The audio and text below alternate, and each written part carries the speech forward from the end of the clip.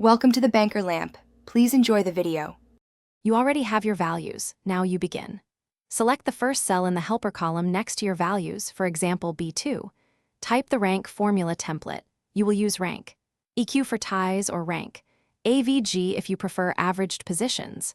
Choose descending or ascending based on whether high numbers get top ranks. Once done, press enter and prepare to copy the formula down the column so each value receives a computed rank. Now you apply and adapt the formula. Enter equals rank. EK2 $2 $100 0 to rank highest as 1. Change the final 0 to 1 for lowest as 1. Lock the range with dollar signs so you can drag the formula without shifting the reference. Once you drag or double-click the fill handle, review ranks for unexpected ties.